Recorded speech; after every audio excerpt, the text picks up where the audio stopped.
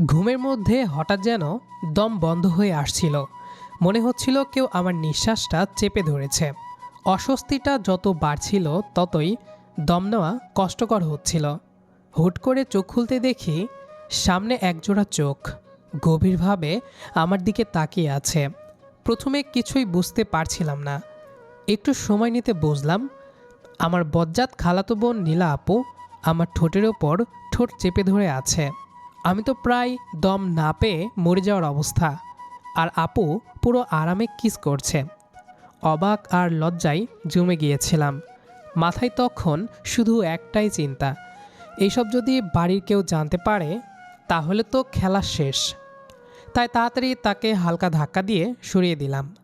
নীলা আপু ছিটকে একটু দূরে গিয়ে পড়ল। ঠিক তখনই আপু তেজি গলায় চিৎকার করে উঠল, এই বজ্জাত ছেলে, তুই আমাকে এভাবে ধাক্কা দিলি? এত বড় সাহস তোর! আজকে তোকে শিখিয়ে দিচ্ছি, মজা দেখাবো। দেখো নীলা আপু, তুমি যা করছো এটা ঠিক না। তুমি আমার থেকে বড়, একটু হলেও সম্মান বজায় রাখা উচিত।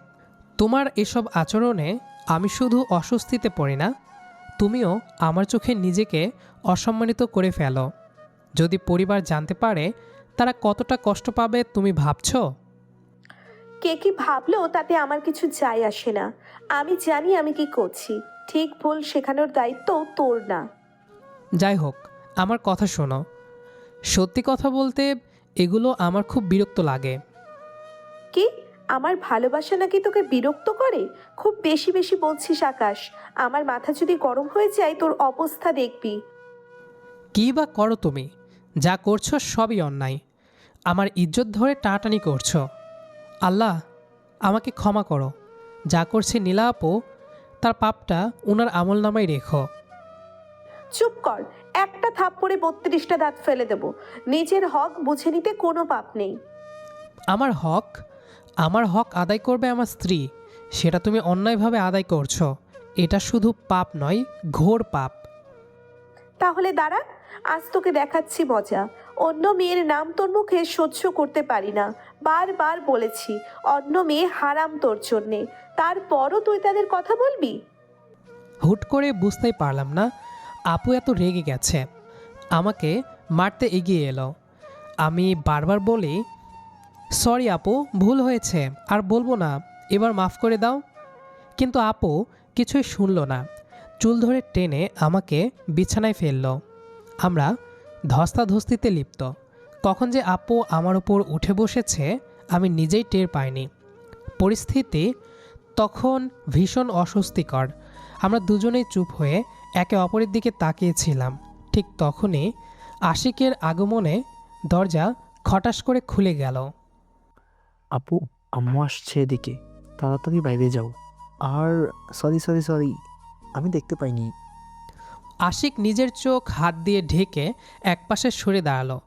আমরা দুজন ছিটকে দূরে সরে গেলাম। লজ্জায় কাঁপতে লাগলাম। আম্মুর আগমন পরক্ষণেই। আম্মু ঢুকে বললেন, কি রে নীলা, কখন এলি? আকাশকে ডাকতে আসছিস নাকি? আজ তোদের কলেজ না? তোর তো আবার ইম্পর্টেন্ট পরীক্ষা। রিস্কায় গেলে দেরি হবে, তাই আকাশকে বলবি বাইকে দিয়ে যেতে। আর আকাশ, তুই এখনো ঘুমাচ্ছিস? জলদি ফ্রেশ হয়ে নিচে আয়। আম্মু জ্বরের গতিতে বলে বেরিয়ে গেলেন। কিরে, এমন মুচকি মুচকি হাসছিস কেন? আজ একটা তুমি নাই বলে, তাই অন্যের প্রেম পাহারা দিতে হলো। দাঁড়া, তোকে দেখাচ্ছি। আমি ঝাঁপ দিলে আশিক দৌড়ে পালালো। আকাশ ফিরে এসে দেখে নীলা আপু বেডে গড়াগড়ি করে হেসে লুটোপুটি। আজ যা হলো সবই আপনার জন্য। আমার ছোটো ভাইয়ের সামনে আমাকে অপমান করলেন। এখন সে আমাকে কী ভাববে? আমি তার সামনে দাঁড়াবো কীভাবে? আপনাকে বারবার বলি আমার থেকে দূরে থাকুন, আপনি মানেন না, সবসময় ঢলাঢলি করেন। আর গতকালও বলেছি আমি আপনাকে নিয়ে যেতে পারবো না। নিজের পরীক্ষা নিজেই দিন। তাহলে কেন আবার আজকে এসে হাজির? দেখ আকাশ, তোর এই বাড়াবাড়ি একদম সহ্য হচ্ছে না। আর যদি একটা কথা বেশি বলিস এখনই নিচে গিয়ে খালামণিকে বলে দেব তুই আমাকে নিতে চাচ্ছিস না। তারপর দেখিস উনি তোর কি অবস্থা করেন। খালা তো তোকে যতই ভালোবাসুক, মেয়েকে কিন্তু বেশি বিশ্বাস করে। সবাই তো পারেন, শুধু চামচামি, এজন্যই কিছু বলতে পারি না। এখন যদি আমার গার্লফ্রেন্ড আনতে পারে, সে আমাকে নিয়ে কী ভাববে? আমি তার সামনে মুখ দেখাবো কিভাবে? কি, তোর গার্লফ্রেন্ড? তুই কি মাথা খারাপ করে ফেলেছিস? বাঘের সামনে কি বললাম? এখন তো আমায় আস্ত চিবিয়ে খাবে। বাঁচাও! তাই তাড়াতাড়ি কেবলার মতো হাসি দিয়ে বললাম, আরে না আপু, তুমি যেটা ভাবছো এমন কিছুই না। আসলে তুমি সবসময় আমাকে সন্দেহ করো তো, ওই জন্য তোমার সবসময় মনে হয় আমি কোনো না কোনো মেয়ের সঙ্গে আছি। কিন্তু বিশ্বাস করো, আমার কোনো মেয়ের সঙ্গে কোনো সম্পর্ক নেই। কিন্তু এদিকে মনে মনে ঠিকই আমার অন্য কিছু। হায় আল্লাহ, এই দাজ্জাল যদি কোনোভাবে জানতে পারে মায়ের কথা, তাহলে তো আমাকে মেরে ফেলবে। সাথে মায়ের যে কি হবে, আমাকে ভালোবেসে ফেঁসে গিয়েছে। সত্যি বলছিস তো? আমি ঠিকই শুনেছি। তুই অন্য কিছু বলেছিস নাকি কথা ঘোরানোর চেষ্টা করছিস? আরে কোনো কথা ঘোরাচ্ছি না, তুমি একটু বেশি বেশি বোঝো। শরত, আমাকে রেডি হতে দাও, পরে তো আবার আম্মুর কাছে গিয়ে নালিশ করবে। আমি তোমাকে ইচ্ছে করে লেট করিয়ে পরীক্ষার হলে পৌঁছে দিয়েছি। কোনো মতে নীলা আপুকে বুঝিয়ে সেখান থেকে কেটে পড়লাম। নীলা আপু যে আমার কথা বিশ্বাস করল কি না সেটা বোঝা গেল না তার মুখের এক্সপ্রেশন দেখে। বিশ্বাস করুন বা না করুন তাতে আমার কি, আমাকে তো নিজের পিঠ বাজিয়ে চলতে হবে। এছাড়াও যে বজ্জাত ঠিক আমাকে বুঝে ফেলতো। এরপর নিজেও আর বেশি কিছু না ভেবে ওয়াশরুমে চলে গেলাম। ওয়াশরুমে গিয়ে ফ্রেশ হয়ে খুব দ্রুত নিচে চলে আসলাম। নিচে এসে দেখি আম্মু, নীলা আপু আর আকাশ নাস্তা করছিল।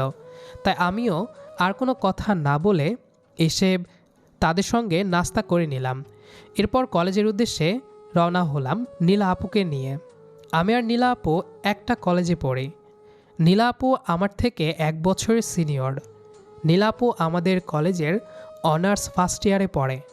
আজকে তাদের ইনকোর্স পরীক্ষা শুরু, আর আমি ইন্টার সেকেন্ড ইয়ারে পড়ি। নীলা আপুর বয়সও আমার থেকে 1 বছরের বড়, কিন্তু এই বজ্জাত মেয়ে সবসময় আমাকে বিরক্ত করতে থাকে। আমাকে বিরক্ত না করলে যেন তার পেটের ভাত হজম হয় না। আমি যে স্কুলে পড়ব তাকেও সেই স্কুলে পড়া লাগবে। উনি যেই কলেজে, আমাকেও সেই কলেজেই ভর্তি হতে হবে। প্রায় এক প্রকার জেদ করে আব্বাম্মুকে রাজি করিয়েছে এবং স্কুলেও আমাকে জ্বালিয়ে মেরেছে। কলেজে এসে জ্বালিয়ে মারছে। আমি কোনো মেয়ের সঙ্গে কথা বলতে পারবো না। সবসময় তার সঙ্গে স্কুল কলেজে যেতে হবে, সবসময় তার সঙ্গে থাকতে হবে। শুধু ক্লাস টাইম আমাকে ক্লাস করতে দেবে এবং আমি যেই টিউশনে পড়ব সেটাও সেই ঠিক করবে। জীবনটা আমার, কিন্তু কন্ট্রোল যেন তার হাতে। মাঝে মাঝে আমার বেশ বিরক্ত লাগে। যার সবসময় আমাকে বিরক্ত করাই কাজ, সে কি আর আমাকে বিরক্ত না করে থাকতে পারে? আজও ঠিক তাই হলো। আমি যখন বাইক বের করে অপেক্ষা করছিলাম তার জন্য, সে সোজা আমার বাইকে উঠে আমাকে পেছন থেকে জড়িয়ে ধরে। আমি যখন বিরক্ত হয়ে বললাম, কি সমস্যা তোমার? এখন তো অন্তত আমাকে রেহাই দাও, রাস্তার লোকজন দেখছে, তারা কি ভাববে আমাদের নিয়ে? তোমার না হয় মান সম্মান না থাকতে পারে, কিন্তু আমার তো আছে। আমার পরিবারেরও একটা মান সম্মান আছে। কে কি ভাবলো, কে কি জানলো, তাতে আমার কিছু যায় আসে না। আর একবার যদি বেশি কথা বলিস তাহলে কিন্তু তোর কোলে গিয়ে বসবো। হঠাৎ নীলাপুর এমন কথায় ভয় পেয়ে গেলাম, কারণ ওকে দিয়ে বিশ্বাস নেই, ও যা বলে তাই করে। তাই আমিও আর কথা না বাড়িয়ে বাইক স্টার্ট দিয়ে নিয়ে গেলাম। নীলাপুকে নিয়ে কলেজে প্রবেশ করে সোজা তাকে তার ডিপার্টমেন্টের সামনে নামিয়ে দিয়ে চলে আসলাম। আমরা কলেজে প্রবেশ করার আগ মুহূর্ত পর্যন্ত নীলাপু আগের অবস্থাতেই আমাকে জড়িয়ে বসেছিল। এখন আমার সাথে আমাদের কলেজের সবাই অভ্যস্ত হয়ে গিয়েছে, কারণ ও প্রতিদিনই আমাকে এভাবে জড়িয়ে ধরে কলেজে যায়। আমি নীলা আপুকে তার ডিপার্টমেন্টের সামনে নামিয়ে দিয়ে আমার ক্লাসের দিকে চলে গেলাম। আমি ক্লাসের দিকে যেতে হঠাৎ করে কেউ একজন আমার হাত টান দিয়ে পাশের একটা ফাঁকা ক্লাসরুমে নিয়ে গেল। হঠাৎ করে এমন আচমকা টান পড়ায় আমি বেশ ঘাবড়ে গেলাম, কারণ এখনও ক্লাস শুরু হতে অনেকটা সময় বাকি আছে। তাই এদিকটা বেশ ফাঁকা, কেউ নেই। হঠাৎ করে কে এমন হাত ধরে টান দিল এটা ভেবে একটু চিন্তিত হলাম। ক্লাসরুমের ভেতরটা বেশ অন্ধকার, তাই কে যে আছে বোঝা যাচ্ছে না। হঠাৎ করে একটা পরিচিত কণ্ঠ আমার কানের কাছে ফিসফিস করে বলল, এই কি সমস্যা তোমার? আর ওই মেয়েটাই বাকি, প্রতিদিন তোমাকে ওইভাবে জড়িয়ে ধরে আসে। যেটা আমার অধিকার সেটা সেই মেয়েটা ভাগ করে নিচ্ছে। এটা কিন্তু আমার একদম সহ্য হচ্ছে না। হঠাৎ করে কণ্ঠটা শুনে আমার আর বুঝতে বাকি রইল না আমার সামনে ব্যক্তিটি কে। আমি তখন অপরাধী সুরে বললাম, দেখো মায়া, নীলা আপু একটু অবুঝ, ও বোঝে না, কিন্তু ও আমাকে খুব স্নেহ করে। তুমি অন্তত তাকে নিয়ে আমাকে সন্দেহ করতে পারো না। কিন্তু কি করব বলো, হাজার হলেও সে তো তোমার নিজের বোন না। ভয় তো একটু ঠিক থেকেই যায়, কারণ তোমাকে আমি ভীষণ ভালোবাসি। তাই তোমাকে আমি সবসময় হারানোর ভয় করি। চিন্তা করো না, তুমি আমাকে যতটা ভালোবাসো আমি তোমাকে ঠিক ততটাই ভালোবাসি। তাই আমাকে নিয়ে তোমার শুধু শুধু ভয় করতে হবে না। কথাটা শেষ করতে না করতে মায়া আমাকে জড়িয়ে ধরল। হঠাৎ করে এমন জড়িয়ে ধরায় আমি অপ্রস্তুত হয়ে পড়লাম, কারণ এর আগে কখনো কোনো মেয়েকে এভাবে জড়িয়ে ধরিনি নীলা আপু ছাড়া। মায়া আমাকে জড়িয়ে ধরায় কেমন যেন আমার অস্বস্তি হতে লাগলো। তাই মনে মনে ভাবলাম, কই নীলা আপু আমাকে জড়িয়ে ধরলে তো কখনো এমন অস্বস্তি লাগে না। হয়তো নীলা আপু প্রতিদিনই ধরে, তাই অস্বস্তি হয় না। মনকে এভাবে সান্ত্বনা দিয়ে মায়াকে আমার থেকে একটু দূরে দাঁড় করিয়ে বললাম, চলো আমরা ক্লাসের দিকে যাই, এদিকে কেউ চলে আসবে। আসুক, আসলে তাই কি? আমি কি কাউকে ভয় পাই নাকি? বাই এনি চান্স তুমি ভয় পাচ্ছ না তো? না, ভয় না, কিন্তু তারপরেও বিষয়টা একটু বোঝার চেষ্টা করো। আচ্ছা ঠিক আছে, চলো ক্লাসে যাই। কথাটা শেষ করে মায়া আমাকে হাত ধরে নিয়ে ক্লাসের দিকে নিয়ে গেল। এমন সময় বিষয়টা অন্য কারোর নজরে পড়ে গেল, যেটা একদম উচিত হয়নি। আমি ক্লাস করে নীলা আপুর ডিপার্টমেন্টের দিকে চলে গেলাম নীলা আপুকে নিয়ে বাড়ি ফেরার জন্য, কারণ এটা আমার প্রতিদিনের রুটিন। কিন্তু আমি নীলা আপুর ডিপার্টমেন্টের দিকে গিয়ে অবাক হয়ে গেলাম, কারণ সেখানে নীলা আপু ছিল না। মনে মনে বেশ চিন্তিত হয়ে গেলাম। এমনটা তো হওয়ার কথা না। নীলা আপু কোথায় গেল? সে তো আমাকে কখনো কিছু না বলে যায় না। ওর কোনো বিপদ হয়নি তো? হঠাৎ আমার কেমন যেন ভয় হতে লাগলো। তাই আমি আর দেরি না করে নীলা আপুর কয়েকজন বন্ধু বান্ধবকে ফোন দিলাম, কিন্তু তারা বলল নীলা নাকি আজকের পরীক্ষা শেষ হওয়ার 2 ঘন্টা আগে খাতা জমা দিয়ে চলে গিয়েছে। তার নাকি সারাদিন মন ভালো ছিল না। কথাটা শুনে আমার বেশ অবাক লাগলো, কারণ সকালে আসার সময় তো ওকে বেশ হাসি খুশি লাগছিল। তাহলে হঠাৎ করে কী এমন হলো যার জন্য ওর মন খারাপ ছিল, এবং ও এখন কোথায় গেল? আমি আর দেরি না করে বাইক নিয়ে বেরিয়ে পড়লাম। ক্যাম্পাসের আশপাশটা ভালো করে খুঁজে দেখলাম, কোথাও তাকে পেলাম না। এরপর নীলাপুর ক্যাম্পাসে তার ক্লাসরুমের সব জায়গায় তন্ন করে তাকে খুঁজলাম, কিন্তু কোথাও খুঁজে পেলাম না। এবার আমার চিন্তাটা ভয়ে পরিণত হলো। আমি বাসায় ফোন দিলাম, কিন্তু কেউ আমার ফোন ধরল না। আমি সারাদিন তাকে পাগলের মতো খুঁজলাম, কিন্তু কোথাও খুঁজে পেলাম না। তাই কোনো দিশা না পেয়ে চলে গেলাম বাড়িতে। বাড়িতে গিয়ে খোঁজ নিয়ে জানতে পারলাম বাড়িতেও নেই। সেই জায়গায় আমার যেন পাগলের মতো অবস্থা হয়ে গেল। মেয়েটা গেল কোথায়? হঠাৎ করে আমার মাথায় আসলো, ওর তো মন খারাপ ছিল। তাহলে সে সেখানে যায়নি তো? যখনই ওর মন খারাপ হয় তখন সে যে জায়গায় গিয়ে মন ভালো করার চেষ্টা করে। আমি আর এক মুহূর্ত সময় নষ্ট না করে বাইক নিয়ে আবার বেরিয়ে পড়লাম। ফুল স্পিডে গাড়ি চালিয়ে নিয়ে আসলাম। আমার গাড়ি এসে থামলো এতিমখানার সামনে, যেখানে বড় বড় অক্ষরে লেখা মায়ের আদর এতিমখানা।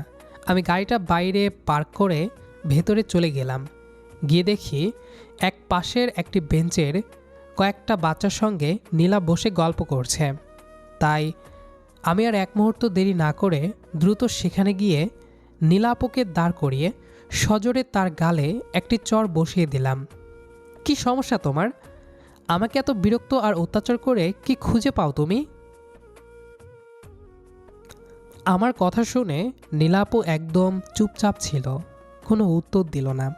এতে আমার আরও রাগ হতে লাগলো। এমন সময় গেটের থেকে লক্ষ্য করে দেখি কালো গাড়ি নিয়ে খালু ভেতরে আসছে। খালুকে ভেতরে আসতে দেখে নীলাপু বাচ্চাদের থেকে বিদায় নিয়ে খালুর কাছে চলে গেল। যাওয়ার আগে শুধু একটা কথাই বলে গেল, সরি বিরক্ত করার জন্য। আর কখনো আমার জন্য কাউকে বিরক্ত হতে হবে না। হঠাৎ করে নীলাপুর এমন কথা শুনে আমার বেশ অবাক লাগলো। কি হয়েছে ওর? ও কেন এমন করছে? কিন্তু ওর কথা শুনে তো আমার খুশি হবার কথা, কিন্তু আমি খুশি হতে পারছি না কেন? নীলা আপু আর কোনো কথার উত্তর না দিয়ে খালুর সাথে চলে গেল। প্রতিদিনের মতো আমি ভেবেছিলাম হয়তো আজকে সকালেও নীলা আপু আসবে, কিন্তু না, আজকে আর নীলা আপু আসলো না। তাই আমি রেডি হয়ে নীলাপুর বাড়ির সামনে গেলাম তাকে নিয়ে আসার জন্য। তার বাড়িতে গিয়ে দেখি খালামণি ডাইনিং টেবিলের খাবারগুলো সব উঠিয়ে রাখছে। আমি গিয়ে খালামণিকে বললাম, আসসালামু আলাইকুম খালামণি। আমার কণ্ঠ শুনে খালামণি পেছন ফিরে আমার দিকে তাকিয়ে মিষ্টি একটা হাসি দিয়ে বলল, ওয়ালাইকুম আসসালাম বাবজান, আজকে আপনার আসার সময় হলো? না, ঠিক তেমনটা নয় খালামণি, আসলে পড়াশোনার অনেক চাপ তো, তাই আর আসা হয় না। আর তাছাড়া সামনে তো আমার এইচএসসি পরীক্ষা। না বাবা, পড়াশোনা তো শুধু তোমরাই করো, আমরা তো পড়াশোনা করি নাই। আর একটা পরীক্ষা চলছে, পড়াশোনার দোহাই দিয়ে কালকে রাত্রে খেতেও আসলো না, আজকে সকালেও তাড়াহুড়া দেখিয়ে চলে গেল বাবার সাথে। কি, নীলা আপু চলে গিয়েছে? হ্যাঁ, ও তো বললো আজকে নাকি ওর খুব ইম্পর্ট্যান্ট পরীক্ষা, আগে যাওয়া লাগবে, তাই তো ওর বাবাকে জোর করে নিয়ে গেল। নীলা আপু আমাকে একা রেখে চলে গিয়েছে শুনে আমার বেশ খারাপ লাগলো। কই, আগে তো এমন কখনো হয়নি। তাই আমিও আর দেরি না করে খালামণির থেকে বিদায় নিয়ে কলেজের উদ্দেশ্যে রওনা দিলাম। কলেজে গিয়ে দেখি কোথাও নীলা আপু নেই। পরে আমার ক্লাস শুরু হয়ে যাওয়ায় আমি ক্লাসে গিয়ে ক্লাস করলাম। ক্লাস শেষে আবার নীলা আপুর ডিপার্টমেন্টের সামনে আসলাম।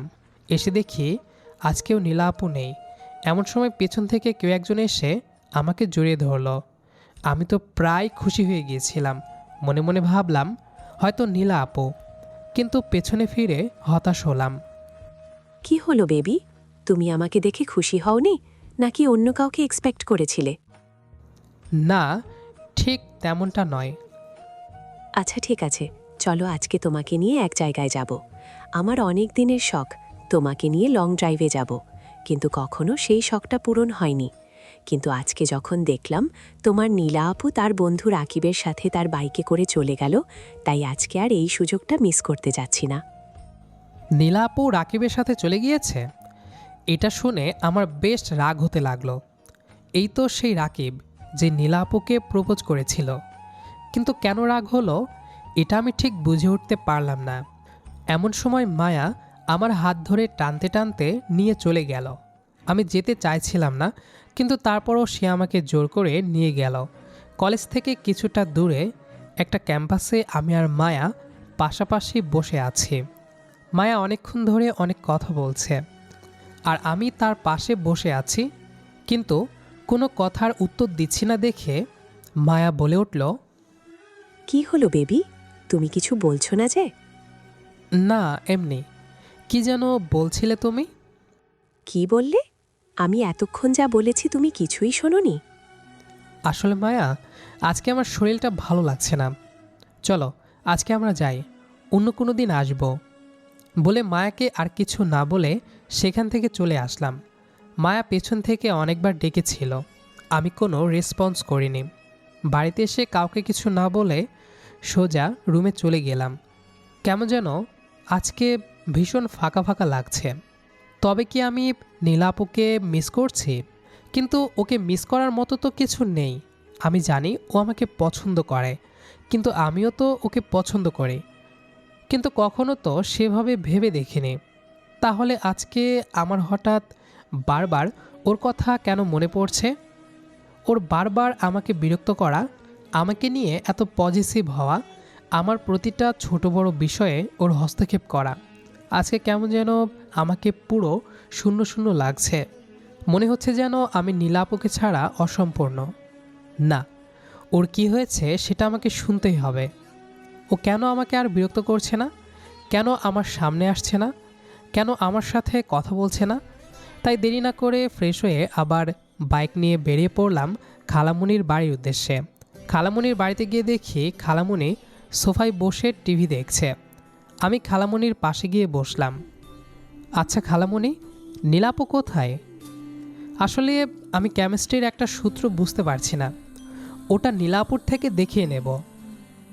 তখন নীলার আম্মু বলল, ও তো মনে হয় দেখ রাকিবের বাড়িতে গিয়েছে। ও তো বলল কি সব গ্রুপ স্টাডি করবে আজকে। আবার এই রাকিব? না, এবার তো একটা কিছু না করলে নয়। মনে মনে কথাটি ভেবে খালামুনিকে কিছু না বলে চলে আসলাম। খালামুনি পেছন থেকে অনেকবার ডেকেছিল, কিন্তু আমি কোনো উত্তর দেইনি। সোজা চলে আসলাম রাকিবের বাড়িতে। রাকিবের বাড়িতে এসে দেখি ড্রয়িং রুমে নীলা আপু আর রাকিব বসে গল্প করছিল। আমি সোজা গিয়ে তাদের সামনে দাঁড়ালাম এবং নীলা আপুকে ডাকলাম, কিন্তু নীলা আপু যেন আমার কোনো কথাই শুনছে না, আমাকে যেন পুরোপুরি উপেক্ষা করছে। এবার রাগটা মাথায় চড়ে বসলো, তাই হঠাৎ করে নীলা আপুর হাত ধরে টানতে টানতে সেখান থেকে নিয়ে আসলাম। বের হয়ে আসতেই নীলা আপু ঝটকা দিয়ে আমার হাত থেকে নিজের হাতটা ছাড়িয়ে নিল এবং বলল, কি সমস্যা কি তোর? এমন হাত ধরে টানাটানি করছিস কিসের জন্য? লোকজন দেখলে কি ভাববে? কি ভাববে মানে? যা খুশি তাই ভাবুক, সেসব ভাবার ধার আমি ধারি না। তুই না ভাবলেও আমি ভাবি। ভুলে যাস না আমি তোর বড় আপু হই, তাই আমাকে সম্মান করতে শেখ। নীলাপুর মুখে নিজেকে আমার আপু দাবি করাই রাগটা যেন আরও বেড়ে গেল। তাই আর কোনো কথা না বলে আবার নীলাপুর হাত ধরে টানতে টানতে নীলা আপুদের বাড়িতে নিয়ে আসলাম। এসে দেখি খালামুনি এবং খালু ড্রয়িং রুমে বসে আছে।